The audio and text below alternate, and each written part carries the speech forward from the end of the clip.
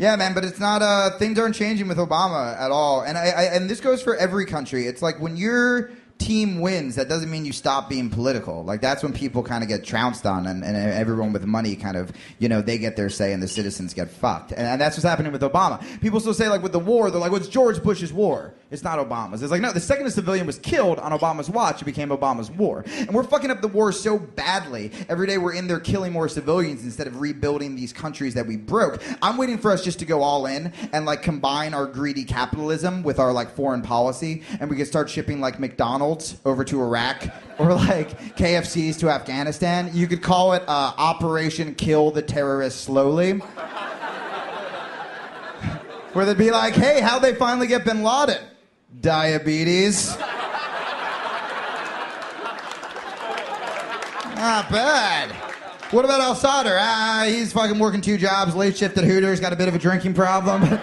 But he's still alive, not on the inside. It's Operation American Dream. People are saying that Barack Obama... I heard this one guy in the news, he goes, Barack Obama's the best president we've ever had. And the guy goes, why? And he goes, because Barack Obama doesn't torture innocent people. You're not supposed to torture innocent people. You're not supposed to torture. Like, when did that make you good? That just makes you not awful. Like, that fucking breaks you even. Like, but... I feel like because our last guy was so nuts that right now, what we're doing with Obama, it's kind of like we just got out of an abusive relationship.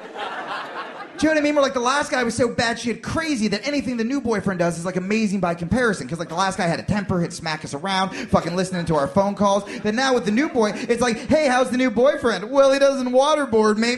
Put a ring on that finger, girlfriend. You're not supposed to waterboard. No, man.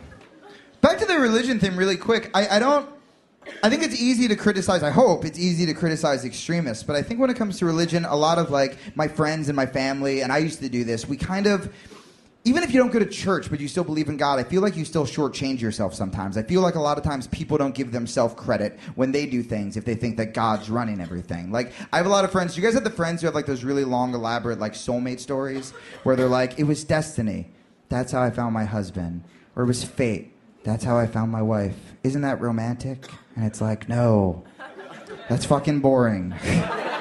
That's really boring. Like, if your relationship was predetermined, that means you would have had to do nothing to find the person you're in love with. That means you could have just fucking stood there for 10 years and eventually she'd be like, you? And you'd be like, yeah, fucking you? All right, let's go. And then you'd march up. How fucking sad is that? I think it's so much more romantic. There are over 6 billion people in the world. 6 billion. And if you find the person you want to spend the rest of your life with, if you can find someone you want to spend more than 20 fucking minutes with, it's a small miracle, let alone the rest of your life. You did that. It wasn't God, it was both of you, and you guys deserve the credit. And sometimes these soulmate stories, they're so long and complicated that you start to think they're overcompensating for like a shitty relationship.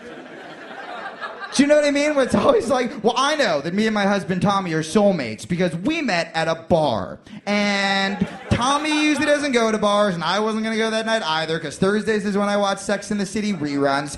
But I had a feeling that God wanted me to go get wasted at the local Find-A-Fuck. So I go down to the tavern, and what are the odds but my future husband Tommy wants to talk to me, a girl in a miniskirt doing shots by herself at the end of a dark bar. He works in mysterious ways.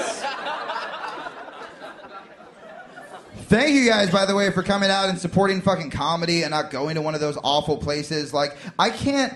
When I drive by, like, the clubs with, like, the lines of people outside, like, I just turn into, like, an old man where I just want to, like, scream, like, put on a sweater. Like, it's so fucking sad. Like, the club, you know the ones where, like, you see the guys and they look like they could be brought up on rape charges by just staring and, like, the fucking... And sometimes the girls, like, I can't even be attracted to them. Like, I'm a dude. I should be able to see girls in, like, short outfits and get attracted, but I can't. And, like, sometimes you see a girl that's in such a horrendously trashy outfit that... Have you ever tried to communicate to them telepathically? I've done this, and you try to talk them out of it, where you just look at them and you're like, I know you're better than this. And I know that it wasn't your idea and your friends tricked you into coming to this club where music goes to die. And that's not your dress. I know they lent you that hooker dress that's so short if you were a virgin you could be deflowered by the wind. But secretly in your heart of hearts you yearn to paint or play music and go run away from this mean place and go be the beautiful person that you are. And then you hear them speak. It's like, oh, carry on. All right. I'll close with this. I have a new CD for sale. I'm really bad at selling shit, but if you want to, it's called Zombie Jesus. It's kind of worth looking at just for the artwork. They drew the most offensive thing I've ever seen in my life. It's out there. And if you disagree with me politically or about religion and you want to talk about it, I would love to talk to you about it. So I'm out there. And then I'm headlining. I'm doing a longer set, like twice this, next week. So if you know anybody who would like it or you want to trick your religious friends because you're an asshole,